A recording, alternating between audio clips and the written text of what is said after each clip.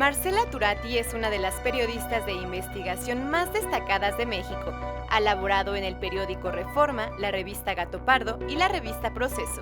Es cofundadora de la iniciativa Periodistas de a Pie y coordinadora de Quinto Elemento Lab, así como fundadora del sitio web de investigación adondevanlosdesaparecidos.org.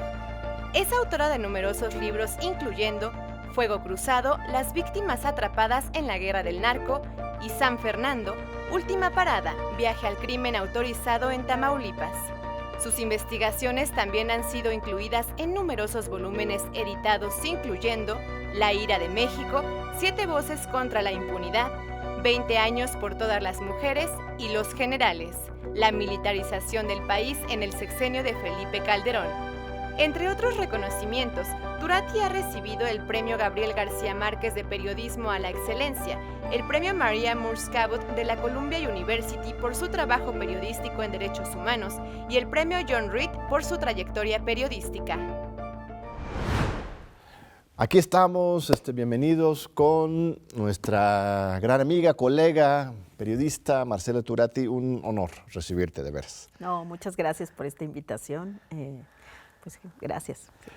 Pues como vieron ahora en la semblanza, pues Marcela es pues uno de los grandes periodistas de México, yo la admiro mucho, valiente, elocuente, ha escrito muchos libros. Ahora el más reciente es de San Fernando, Última parada, que acaba de salir, con la editorial Aguilar, en que relata pues la historia de un pueblo, que ha sufrido muchísimo, que fue controlado por el narcotráfico durante un buen tiempo y que Marcela pues se metió hasta las entrañas de conocer qué es lo que estaba pasando, por qué tanta muerte, tanta violencia, y eso es parte de una trayectoria muy larga que tienes, querida Marcela. Pues platícame primero de este caso y luego hablemos de otros. Tenemos una hora para platicar. San Fernando, ¿qué te llevó ahí para empezar? ¿Por qué fuiste ahí? Bueno, pues hay que recordar, San Fernando, Última parada, nace, pero bueno, yo no lo sabía, en abril de 2011, cuando de la revista Proceso me mandan a cubrir las fosas que se acaban de descubrir en San Fernando, que es un municipio que está localizado por el que hay que pasar para llegar a Matamoros o a Reynosa, ¿no? Es la vía más fácil o más rápida desde Ciudad de México, incluso desde Centroamérica para llegar a la frontera, ¿no? Ahí pues me tocó ver en ese entonces había 150 cadáveres, lo supimos, pues la cifra oficial fue de 196 cuerpos exhumados de unas fosas. 2011, que todavía el tema de las fosas, o sea, ahí irrumpe como el tema terrible de las fosas, y cuando estábamos reporteando, bueno, me toca ver primero que suben muchos de los cadáveres a un tráiler y se los traen a la Ciudad de México. Después supimos que la orden era, pues, ocultarlos, ¿no? Para no espantar el turismo en la Semana Santa, para que ya no hubiera tanta prensa. Y ahí empezamos a saber, bueno, que venían los cadáveres, pues, muy maltratados, los habían matado de una manera horrible, no a balazos. Y la otra que eran viajeros de autobuses, pasajeros de autobuses o de autos particulares que iban a la frontera, pero los zetas en la parada de San Fernando, junto con policías municipales, los detenían y de ellos no se volvía a saber hasta que encontraron esas fosas.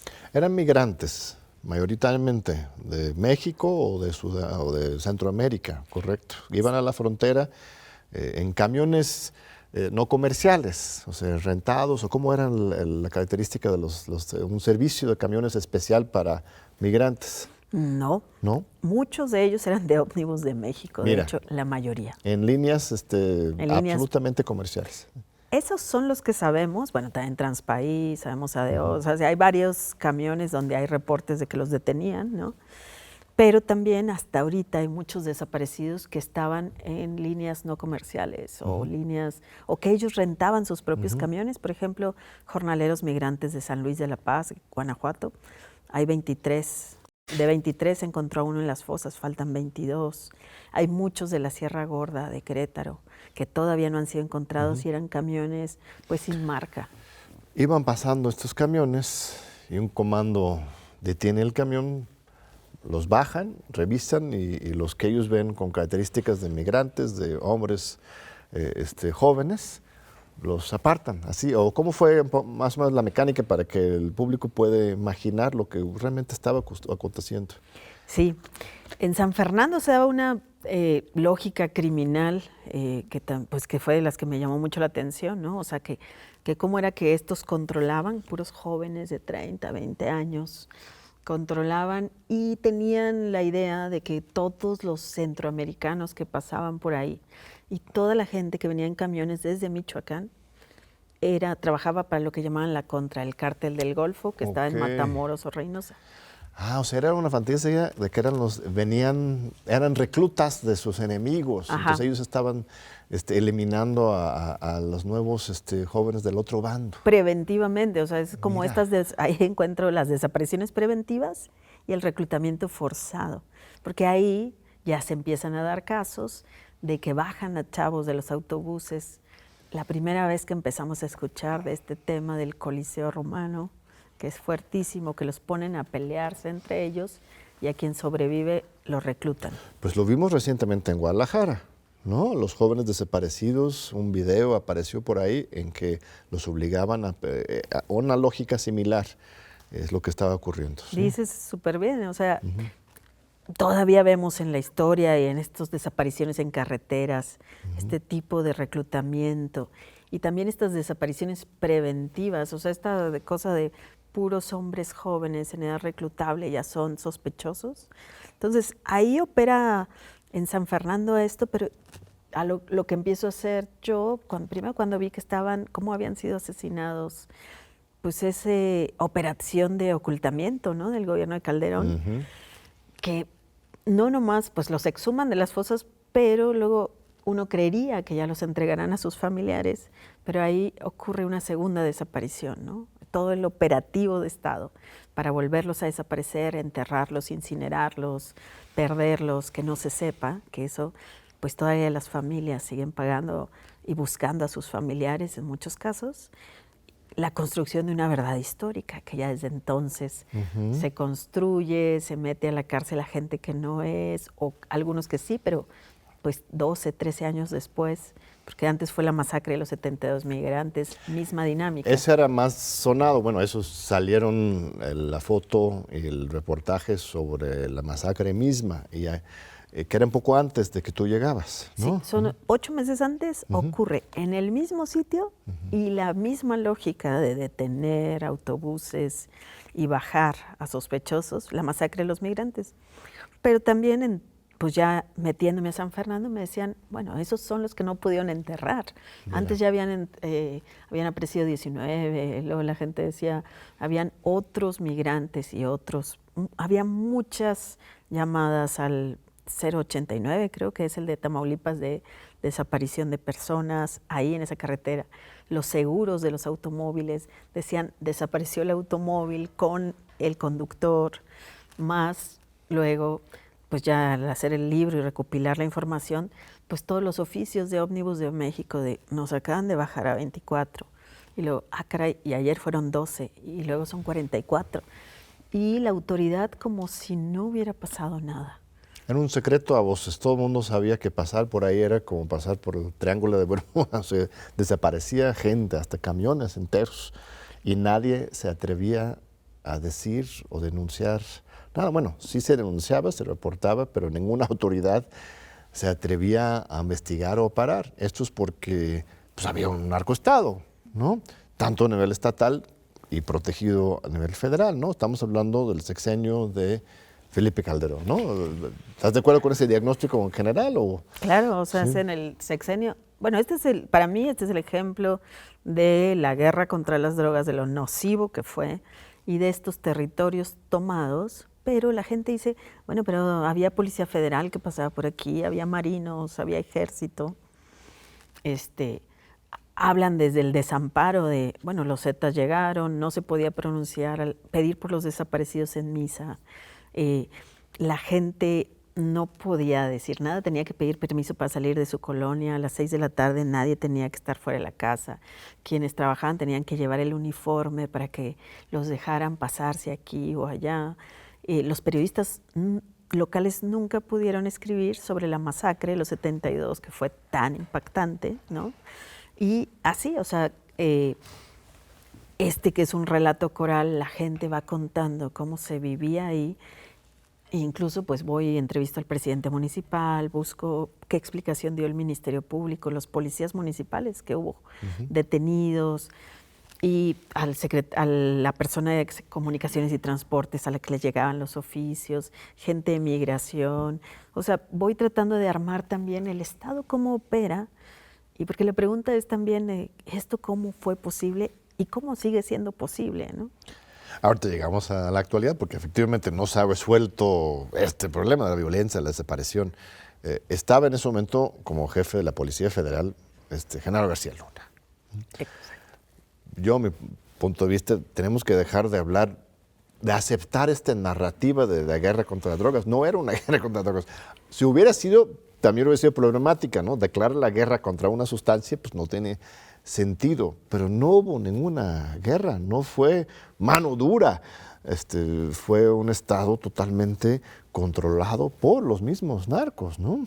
Sí, esta es una guerra por el control de las drogas, porque todo el mundo se quería quedar. Eso, por el control de las drogas, no contra. Exacto, por el control de las drogas y las rutas y el territorio. Y tú tienes ahí población, y toda esta población sufrió mucho, y yo digo que sigue sufriendo mucho, porque es un lugar estratégico, estás muy cerca de la frontera, tienes el Golfo de México, tienes unas carreteras que cruzan el país. Entonces tienes gas shale, tienes recursos naturales, y es un poco la línea divisoria o esta frontera entre grupos armados, que San Fernando constantemente es este lugar de disputa, pues porque es la columna vertebral o es la bisagra para pasar del sur de Tamaulipas al norte, ¿no? ¿Y cómo aparecen las fosas? O sea, ¿los empiezan a reportar o tú les descubriste o más bien ya habían aparecido? ¿Cuál fue el contexto para que se denunciara, aunque sea esa parte? Esa fue también, parte de mi búsqueda estos años. Fue así de, ¿por qué habiendo tantas fosas? Hay cables de Estados Unidos que ya decían desde que mataron a los 72 migrantes que había un sitio con hasta 200 cuerpos de migrantes, cosa que no hemos descubierto, porque estas eran fosas nuevas.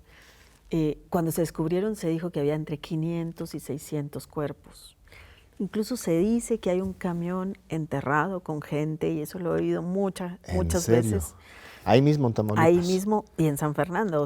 Esta es una narrativa de la gente, que la gente dice es que hay un camión y falta todavía mucha gente por exhumarse, ¿no? Entonces, se exhuman estas fosas. Recuerdo, que empezó a llegar mucha prensa, y rápido los suben a camiones, se los traen aquí a la Ciudad de México, y a los 3 días aparecen unas fosas en Durango y se acabó, ¿no?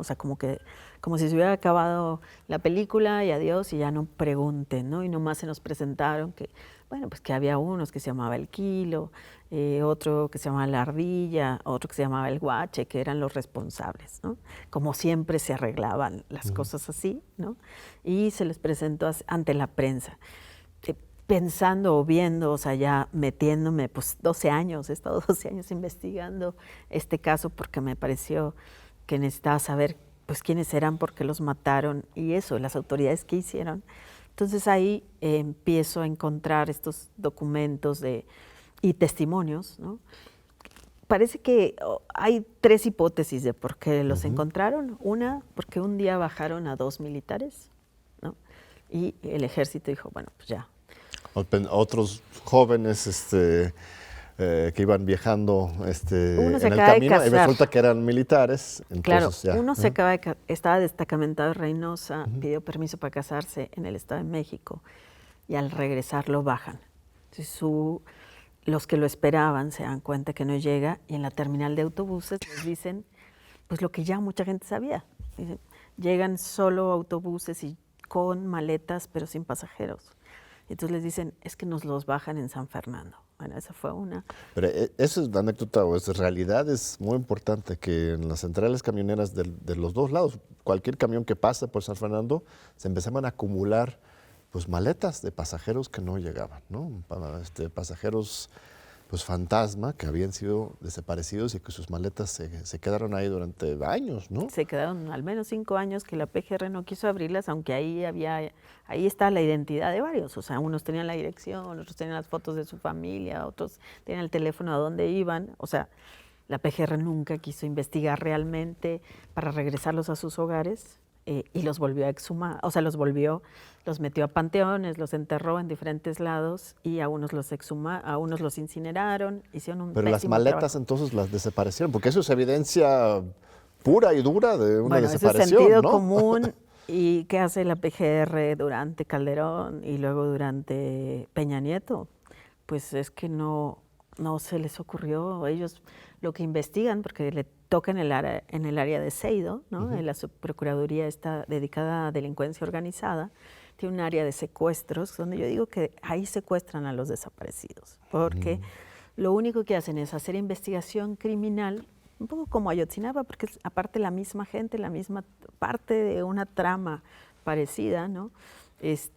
Servicios médicos periciales falsea o no hace bien su trabajo, no, aunque había un muchacho de Michoacán que tenía en el bolsillo del pantalón su identificación con su dirección y lo echan a fosa común aquí, a otros los dejan en Tamaulipas, a unos les pierden, no sé, a uno le pierden la cabeza, a otros los incineran sin haber estado bien identificados y le entregan cualquier cosa o les entregan ataúdes con tierra a las familias, ¿no? O sea, todo esta que yo digo que es criminal y que es un delito que tendrían que estar pagando. Entonces, pues pasa esto, entonces matan a este soldado, lo desaparecen. Regresando a la narrativa, desaparecen a un soldado, su familia se pone en acción. ¿Sí? El mismo destacamento, pero luego también bajan a 2 mexicoamericanos, su familia habla al FBI, que para mí esa es la explicación más factible, que Estados Unidos dice, ojo, claro, nos bajaron a personas, ¿no? Tienen que buscarlas. Y en otra también el que era director del CISEN me explicó que juntaron los informes que había en Michoacán, en Tamaulipas y tal, que le dijeron a Calderón, y Calderón dijo, bueno, pues hay que intervenir. No sé si fue así.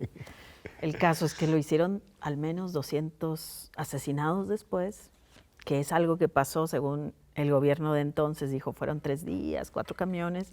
No es cierto, esto duró meses y pasaba, la gente de San Fernando cuenta que pasaba a la luz del día, que los chicos de la secundaria lo veían todos los días, a las 7 de la mañana pasaban estos camiones y veía a todo mundo cómo bajaban a los pasajeros y los metían a las patrullas y se los llevaban y nunca las volvían a ver, ¿no? Entonces, pues es un relato de terror, pero yo lo que intento aquí es reconstruir ese momento y también tratar de entender cómo opera el Estado, o sea, en general el municipio, el Estado, el gobierno federal, y cómo todos se echan la culpa y todo el mundo dice, a mí no me tocaba hacer nada, ¿no? Sí, escalofriante, una cosa terrible y que no hemos resuelto todavía, ¿no? Seguimos con no el mismo problema de San Fernando, y me contarás cómo está el pueblo hoy, pero en general una grave crisis de impunidad, de corrupción y de violencia. Vamos a seguir hablando sobre estos temas con la gran periodista Marcela Turati.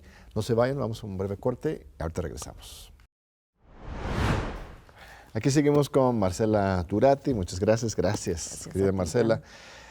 ¿Cómo está hoy San Fernando entonces? ¿Ya llevaron a la justicia a los responsables? Han llevado programas de desarrollo para el pueblo, ahora ya está floreciendo la vida ahí, o han querido olvidarse de esto como una trauma que no se puede mencionar. ¿Cómo estamos ahora? Bueno, San Fernando, las veces que pude entrar, ¿no? Porque primero era muy difícil, la gente todavía, lo tenía muy fresco, pero también se acostumbró a esto, ¿no? Se acostumbró a esta violencia, incluso pues todavía hace unos meses, ¿no? Había todavía balaceras. Es un municipio muy disputado porque es un municipio muy rico. Y lo que me llamó la atención también a lo largo de los años que estuve cubriendo esto fue, pues como decían, bueno, los perpetradores, los que lo hicieron, ya regresaron, ¿no? A los policías municipales los encarcelaron 1 año. El gobierno nunca dijo que ya habían salido. De pronto cuando estoy ahí me dicen, mira, este es uno de los policías que se lleva gente, pero está en campaña política con esta candidata. ¿Pero en qué año es esto? Esto fue en 2016, más o menos. O sea, en 2011 pasa esto, 2016 voy, 2019 todavía la gente así, sin saber a quién decirle. Había gente que me decía, mire, esta persona, o sea, se crió conmigo, él se llevó a mi hija y ya nunca la encontré, ¿no? Entonces, San Fernando pues ha sufrido mucho y la historia es también sobre las víctimas que quedaron atrapadas en esta, o sea, que fueron exhumadas. También es un recorrido por Centroamérica, por Querétaro, por Guanajuato, por Michoacán, por el Estado de México, buscando a las familias para ver la segunda tragedia que fue pues que la PGR no hace su trabajo y que en vez de regresarlos los vuelve a ocultar, ¿no? Como siempre que se intenta ocultar la violencia, lo primero que haces es ocultar los cuerpos y por eso también mucho de la crisis forense que tenemos, ¿no? Tenemos ahora 112,000 personas desaparecidas y al menos 55,000 cuerpos no identificados en panteones municipales o en morgues, ¿no? Entonces lo que intento en el libro es mostrar, o sea, primero qué pasa en municipios, cómo se llega a controlar estos municipios, qué hace la autoridad, ¿no? O sea, y la otra es tratar de explicar esta crisis forense siguiendo a las madres que intentan rescatar a sus hijos de manos del Estado y todo lo que pasa a una familia que está buscando un familiar desaparecido, esa tortura cotidiana, hasta también extorsiones que sufren, cómo las autoridades juegan con ellos. Y esto a partir de familias en Centroamérica, don Baudilio, un campesino de Guatemala, doña Bertila, una madre salvadoreña, Lisi, esposa de uno de los que fueron cremados, también guatemalteca, o la familia Gallegos, diferentes, las jornaleras de San Luis de la Paz, pues un pueblo donde quedaron sin hombres, ¿no?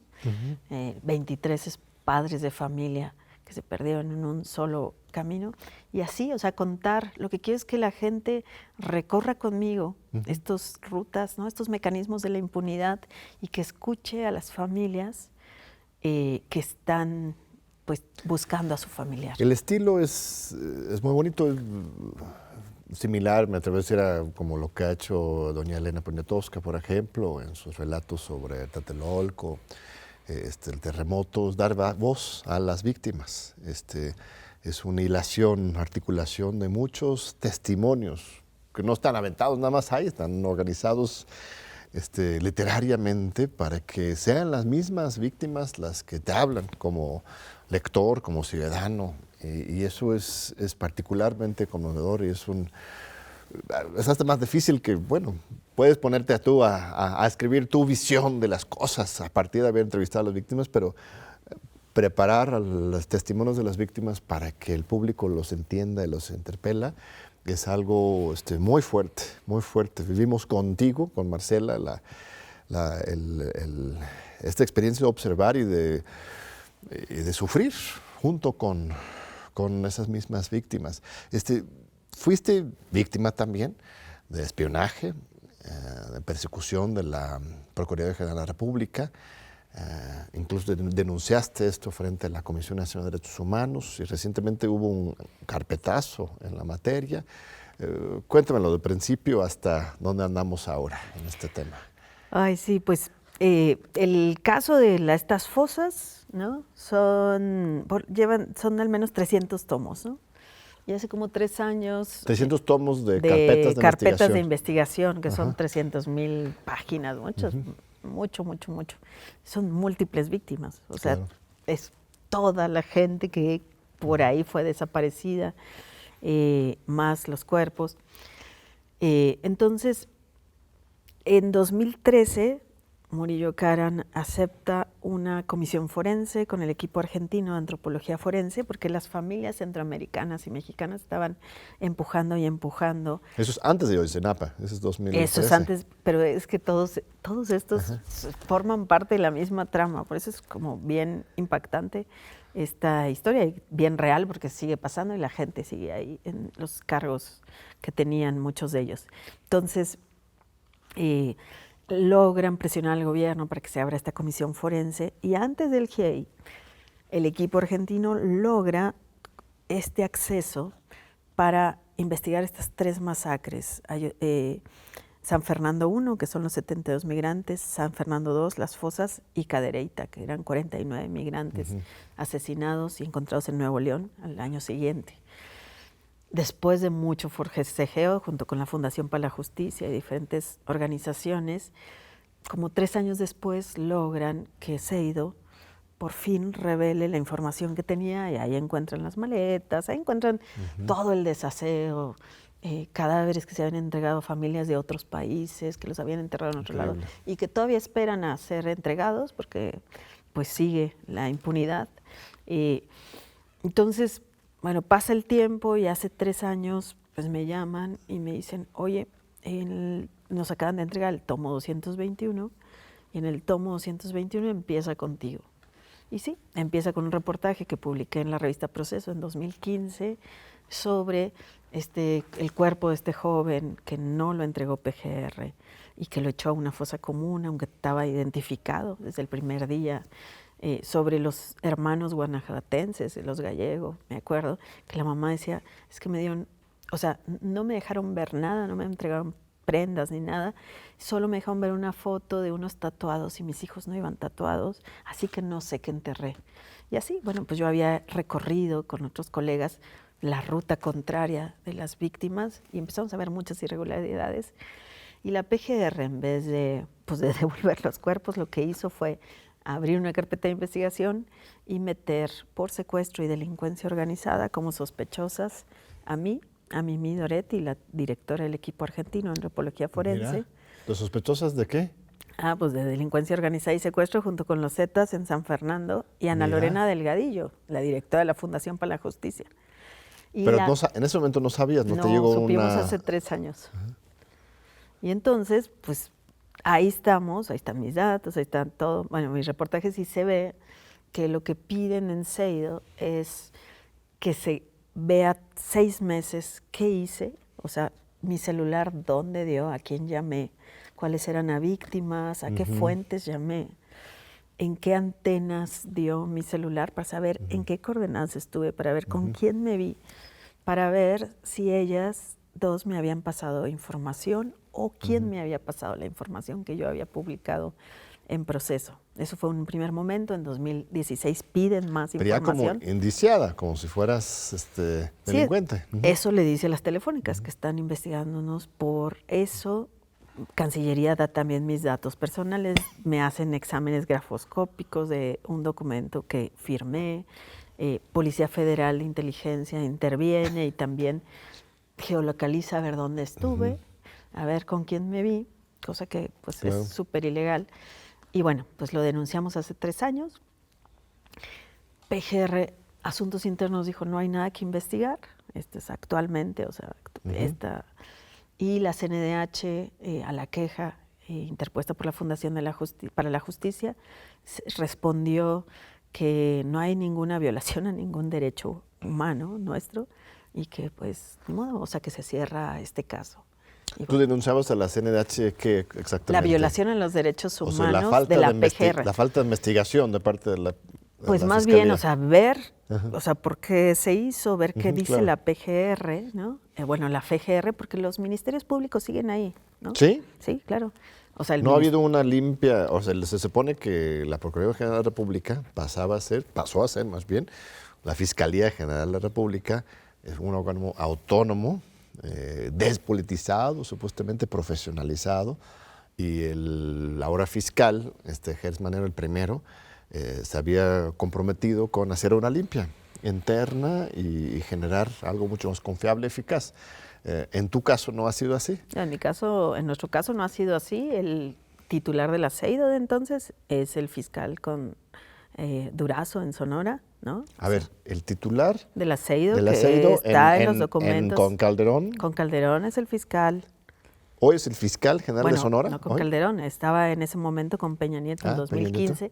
Hoy está en Sonora. Él está copiado en todos los mensajes del es seguimiento. El fiscal general del estado de Sonora ahorita. Ajá. Hay unos pues que estaban en el gobierno, pero ahorita por Ayotzinapa les acaban de girar orden de aprehensión o ya están en la cárcel, ¿no? Porque es esta investigación por Ayotzinapa. Los ministerios públicos siguen ahí, la gente que hizo esto sigue ahí, ¿no? Se cambiaron de nombre, ya no es Aceido, ahora es FEMDO, ¿no? Y bueno, pues es lo mismo y la CNDH, pues sí, muy preocupante. Dice que no hay ningún delito o ninguna violación a los derechos humanos, pero cualquier persona que consulte esa carpeta tiene mis huellas dactilares, tiene tiene mis datos particulares, tiene mi fotografía, bueno, tiene todo y seguimos ahí como sospechosas porque el caso no se ha cerrado, ¿no? O sea, porque todavía no hay nadie sentenciado por esas masacres, ni la de los 2010, ni la de 2011. ¿Nadie? Sentenciado por las muertes, policías, nadie. Los policías salieron al año. Municipales los habían encarcelado, pero salieron al año, ¿no? Ajá, y no les encontraron nada porque no les armaron nada. ¿No hay nadie investigó. más entonces que...? Están los Zetas, algunos en la cárcel. Bueno, también dentro de la investigación encontré que hay pasajeros de autobuses que fueron bajados, que están presentados como Zetas y en la cárcel. Todavía, porque la PGR cogieron, el ejército tomó a quien sea, lo torturó como suelen hacer con sus verdades históricas, arrancó confesiones con torturas y bueno, pues ahí tenemos hasta principios del año había un indígena oaxaqueño, pero hay más gente que dice que fue torturada, que ellas no tienen nada que ver, pero él, tengo comprobado que iba en el autobús, lo acaban de bajar en ese del ejército y lo presentan como Zeta. Y ahí sigue, o seguía hasta principios del año. Pero es fascinante lo que relatas, porque efectivamente Ayotzinapa es apenas un caso que se hizo público por una configuración mediática, política, y que nos indignó a todos. Pero la manera de operar, tanto ahí en Iguala, similar a San Fernando, como la respuesta y la cobertura y protección de las autoridades, narcoestado, pues era algo ya común, ¿no? Esto de esconder las evidencias, de cubrirse entre sí, de generar todo un manto de impunidad, desaparecer a la gente, a jóvenes, supuestamente un cartel rival, pues es algo que estaba pasando en todo el país y Ayotzinapa nada más es un caso. Pero ¿por qué ha sido tan difícil hoy llegar al fondo de la situación? O sea, ni siquiera Ayotzinapa, que es el caso más público hoy, que el presidente se comprometió frente a todos nosotros en la campaña, cuando ya llegó al gobierno 2018 y sigue diciendo que tiene voluntad de resolverlo, Ayotzinapa, ni en ese caso hemos llegado al fondo. Es porque pues hay intereses muy fuertes y que además siguen ahí. O sea, no los hemos sacado del Estado todavía esta telaraña de corrupción e impunidad, ¿no? Es que dices muy bien, o sea, San Fernando es un casito, ¿no? Ayotzinapa es el gran mega caso, pero aquí también en San Fernando el equipo argentino pudo meterse al sistema y ver cómo opera, ¿no? Entonces también, pero no es nada publicitado este caso, pero te muestra cómo se repite y se repite y se repiten los patrones. Y yo digo que se sostiene hasta ahora, o sea, no hay una depuración real. Pues mucho cambiaron el ejército por la Guardia Nacional, pero siguen siendo los mismos. Acaban de masacrar a 2 migrantes y otros 4 heridos en Ciudad Juárez, porque sí, ¿no? Porque sí, porque no sabemos. Y en o sea, en San Fernando lo que trato también de hacer, que hay un capítulo sobre los poderes, ¿qué hacían los poderes? Pues ves, el presidente municipal dice, es que no había denuncias, aunque pasaba todo a 10 cuadras de su oficina. El Ministerio Público está rebasado. La Policía Municipal decía, es que solo nos tocaba atender cuando había llamadas porque había borrachos o pleitos domésticos.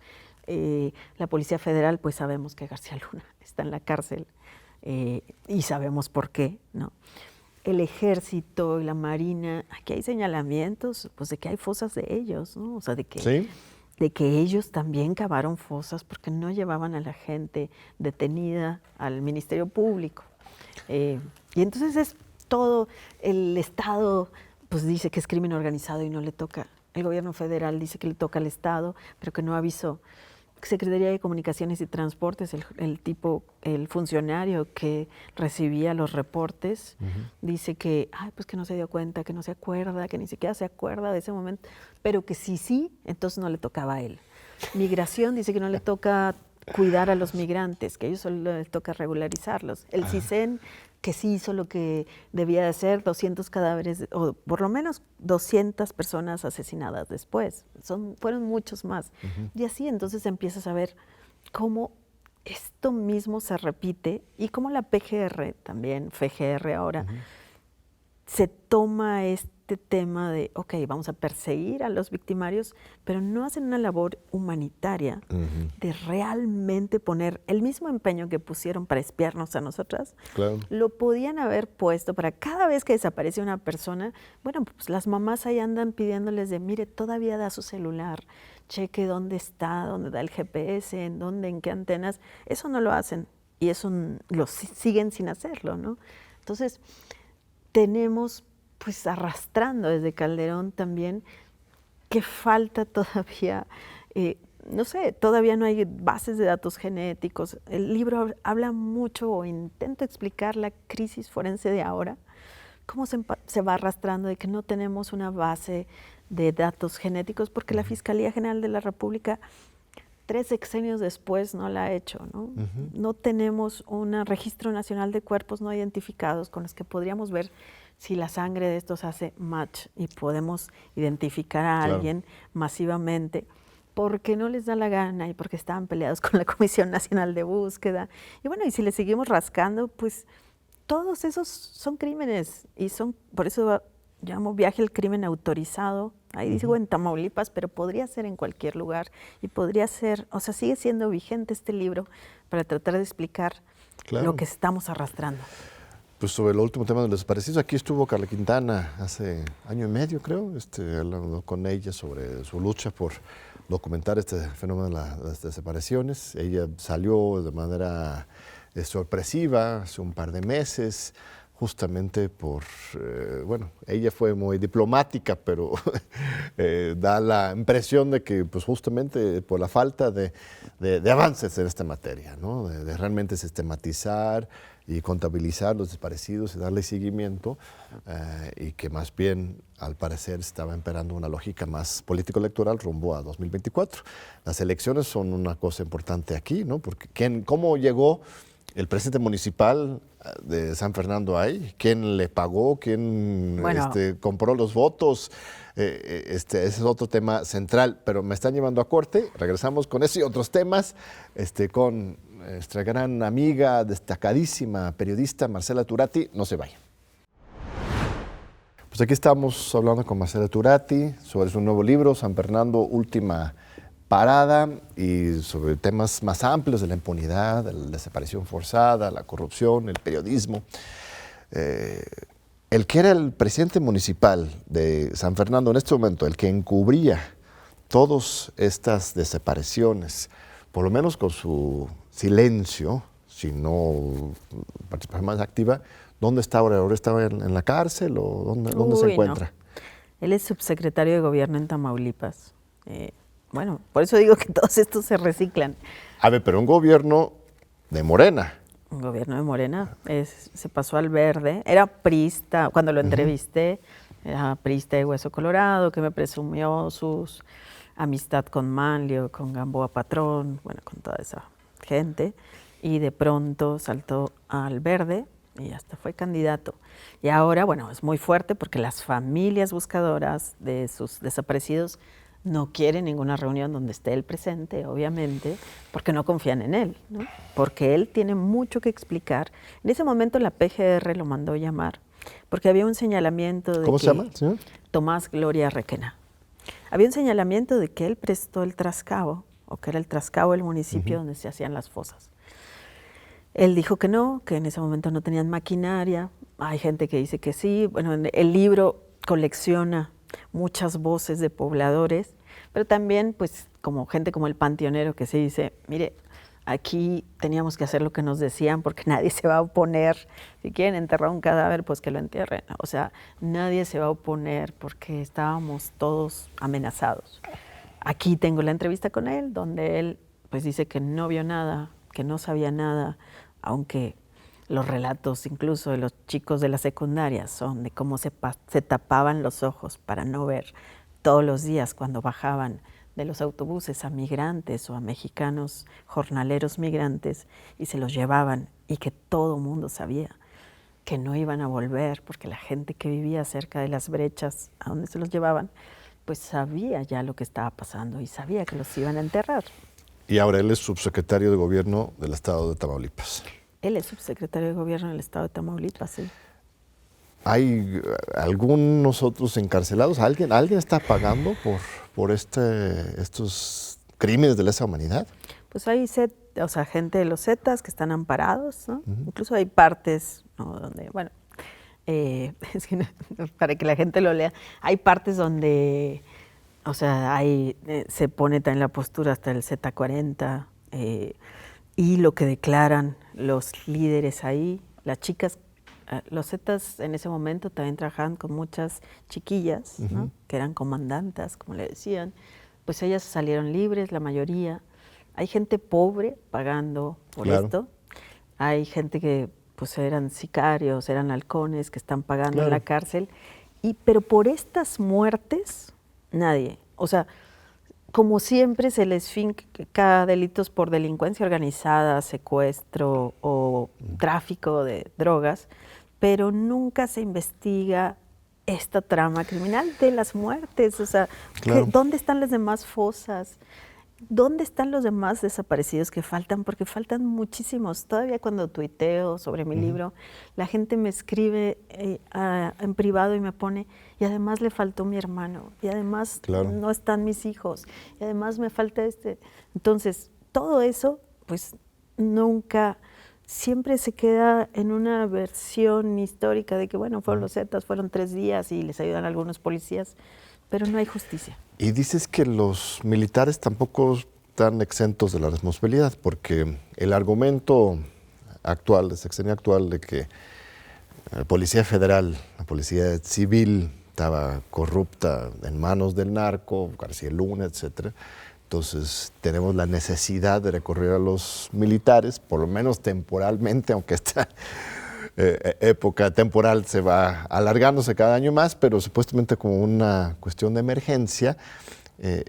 Tampoco en este caso demostraron mayor limpieza o rendición de cuentas. Son también responsables de algunas fosas, de acuerdo con tu relato. Sí. El relato todavía está inacabado. Yo soy una coleccionista. Yo como un collage, como decías, pues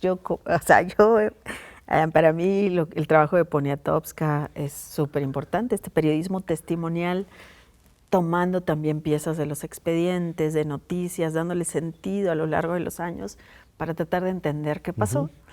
Y los relatos de ahí, de la gente que trabajó en fosas, ojo, había fosas del ejército. Todavía nos falta investigar cuál fue el rol del ejército en estas masacres. Hay gente que decían que la Marina cuando entraba, bueno, también mataba, desaparecía gente. Sabemos que la Marina en Tamaulipas ha sido un cuerpo muy cuestionado, ¿no? Entonces, eso por un lado, y por otro tenemos la historia del soldado Huarache. El soldado, el que desaparecieron al principio, el que se fue a cazar. Entonces reconstruí su historia y ahí lo que vemos es que cuando lo encuentran, según esto el operativo fue porque lo estaban buscando, cuando lo encuentran, la misma Sedena no le avisa a la familia y lo vuelven a enterrar. Tenían todo, tenían su plaquita, o sea, tenían todo. Y cuando voy a visitar a la familia, igual, pues me cuentan esta historia descarnada de que incluso a ellos les ocultaron el cadáver del soldado, ¿no? Y bueno, pues sus hijas, todo, años penando porque son años de penar por una persona desaparecida. No puedes vivir, ¿no? Vives en la incertidumbre, te torturan todo el tiempo, te extorsionan, te dicen que lo tienen, bueno, todo eso que pasa en las familias. Entonces, hasta por eso, o sea, hasta solo por esa desaparición, bueno, también hablo con un soldado que exhumó fosas, porque yo traté de encontrar a muchas diferentes personas que contaran en este relato coral qué pasaba ahí, para tratar de entender estos mecanismos de la impunidad y tratar de entender el que estuvo en la cárcel, qué cuenta, cómo, o sea, cómo se va construyendo estas verdades históricas, cómo se va haciendo injusticia tras injusticia tras injusticia. Y el mismo soldado que entrevisto, que está exhumando las fosas, me cuenta cómo ocultaban los cuerpos, cómo ellos estaban desenterrando cuando ellos no tenían que estar desenterrando, destrozaban cuerpos también sin querer, y cómo tenían que matar a gente pues que estaba implicada, porque para qué llevarla al Ministerio Público, ¿no? Entonces, esos son los tipos de cosas que seguimos cargando en esta todavía llamada, pues todavía esta continuación de guerra contra las drogas, ¿no? Con financiamiento de Estados Unidos, que también Estados Unidos tiene muchas cosas pues que responder. Entonces, yo lo que hago es como que junto muchas piezas, trato de darle sentido. Es un relato inacabado. La impunidad no permite tener más información. Persiguen a toda la persona que quiera investigar. No dan expedientes a las familias. Torturaron a gente que tenía información. Mataron al Ministerio Público de entonces. A las gentes de las funerarias, alguien les robó sus computadoras. Parece que fueron pues gente de... Sí, o sea, que no fueron los Zetas, pues. Entonces, y a las que investigamos el caso, pues nos espían también. Entonces, aquí se está ocultando algo mucho más fuerte, ¿no?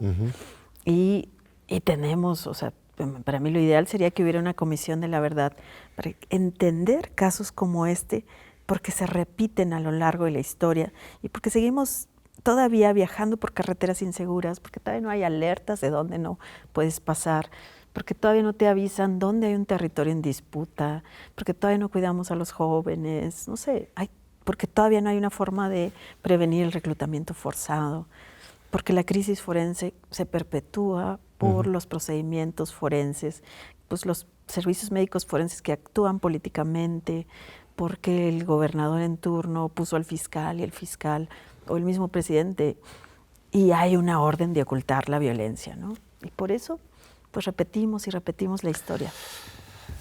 Ay, qué triste, angustiante es esta situación, porque pues tenemos que resolverlo, y para eso pues votamos en 2018 para que hubiera un cambio democrático, político, que yo creo que ha habido muchos avances en muchas materias, pero aquí estamos viendo que pues falta empujar muchísimo más por la vía electoral. Ahí viene Claudia Sheinbaum, que ofrece, es universitaria aquí, una continuidad, una profundización de esta lógica de justicia, de democracia. ¿Tienes esperanza que vamos a poder avanzar igual no por la política, no es tu ámbito, por el periodismo? ¿Cuál es tu proyecto actual? ¿Por dónde estás? ¿Estás en Quinto Elemento Lab? ¿Y a dónde van los desaparecidos? ¿Y a dónde van los desaparecidos? Cuéntame de esos, porque no solamente es denuncia, sino acción de tu parte. ¿Qué es lo que estás haciendo y cómo podemos sumarnos para apoyarte a ti y a los que están buscando esos desaparecidos? Bueno, pues en Quinto Elemento Lab hacemos investigaciones. Acabamos de sacar, por ejemplo, estas defensores de derechos, defensores de territorio desaparecidos, ¿no? Muchos de ellos indígenas. Es la primera investigación puntual que se hace sobre este tema, que intentamos siempre dar información para que las organizaciones, no sé, diferentes colectivos se apropien de esta información. Acabamos de sacar esta actualización del mapa de fosas, ¿no? También llevamos este seguimiento al registro que se está haciendo para depurar el censo de las personas desaparecidas.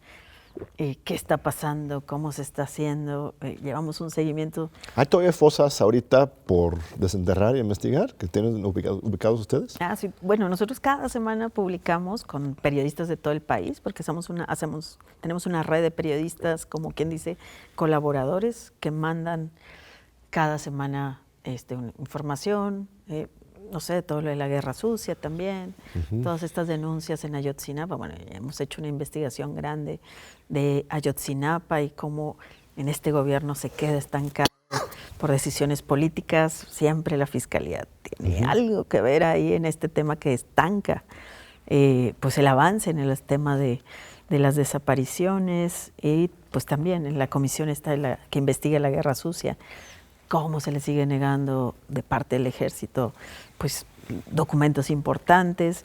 Y bueno, lo que hacemos es dar información. Estamos por sacar también una actualización del registro, nuestro propio registro de cuerpos no identificados, que son cosas que la Fiscalía General de la República tenía que haber hecho desde hace tanto y que no le interesa, no le da la gana y no lo hace. Entonces, como periodistas estamos tratando de desenterrar esta información, de excavarla, de generarla y de dársela a las familias y en general a quien quiera apropiarse de ella para pedir cambios, para pedir, no sé, para pedir información, para poder buscar a sus familiares, ¿no?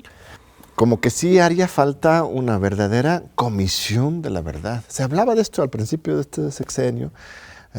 Encinas estaba metido en eso, hasta el mismo Durazo hacía algunos foros, ¿no?, durante el primer año de gobierno para hacer como un punto y aparte, ¿no?, de que ya estamos en un nuevo régimen, vamos a rendir cuentas hacia el pasado.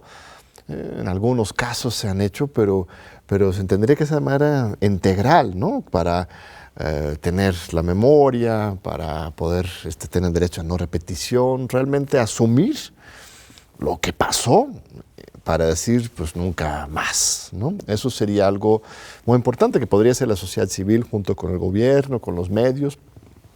Cuando hablabas de lo de San Fernando, me acuerdo, en esas épocas también fue lo de la Iniciativa México, ¿no?, en que Felipe Calderón, junto con los grandes periódicos y medios televisivos también, ¿no?, acordaron básicamente ya no hablar de la delincuencia, de la violencia, ¿no? Entonces, tendríamos que hacer algo similar, pero al revés, ¿no?, un acuerdo de los medios también para sí hablar y para encontrar el fondo de la situación.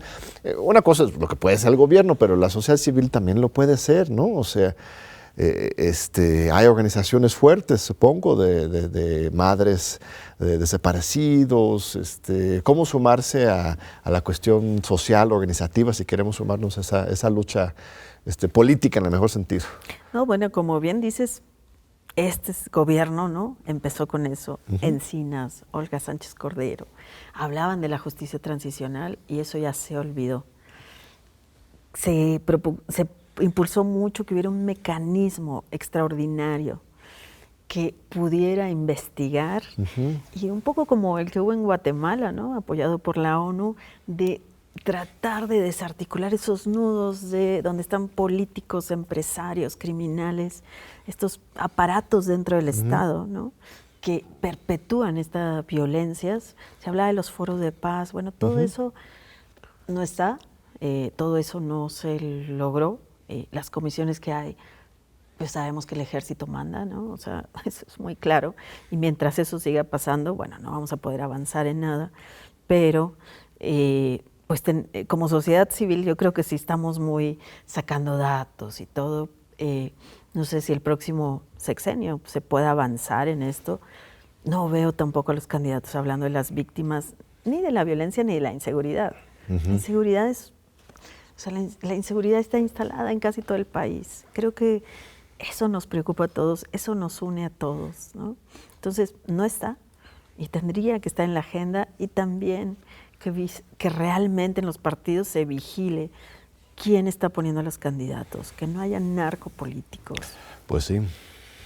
Esa parte es así, es fundamental, esa les toca a los partidos, nos toca a todos, pues revisar, porque por eso pasan estos, o sea, es por gobernadores que eran financiados por el narcotráfico, por presidentes municipales a los que pusieron los narcotraficantes o a los que les pusieron la pistola y les dejaron pasar. Y bueno, y ahí tenemos la Tarahumara, muchas zonas que están capturadas, tenemos Jalisco. Entonces sí y tenemos muchas desapariciones. La desaparición es de alguna manera el indicador de cómo está todo el país, pero no lo queremos ver. Entonces, ahí están las madres solas buscando. Todo este sexenio no las han recibido, ni siquiera las del Comité Eureka. O sea, el desprecio institucional es terrible, es tremendo. O sea, no sé cómo un gobierno de izquierda, que se dice izquierda, puede despreciar hacia las víctimas y no le importa. Solo las de Ayotzinapa y la Guerra Sucia, pero pues no sé, o sea, sí creo que todavía hay tiempo para replantear eso, para volver a hacer otro tipo de pactos y para enfocarse en el tema de seguridad, pero no es militarista. Tú sabes eso, bueno, tú has estado militando en eso, o sea, que no es la militarización. Claro. Pues muchísimas gracias, Marcela. Hay que tomar la palabra a nuestra amiga periodista Marcela Turati y colocar en el centro del debate público, ahora que viene 2024, vamos a tener un relevo sexenal, que esto sea uno de los ejes centrales, que los diferentes candidatos y candidatas tengan que responder, comprometerse, porque el dolor social es enorme y no solamente algo del pasado, sino es algo en el presente y el futuro. Así que muchísimas gracias. Gracias a ti, Marcela, por la invitación. por esta oportunidad y gracias a nuestro muy generoso y amable público que nos acompaña cada semana aquí en Los Diálogos por la Democracia. Te esperamos de nuevo en 8 días aquí en TV UNAM, la televisión de los universitarios.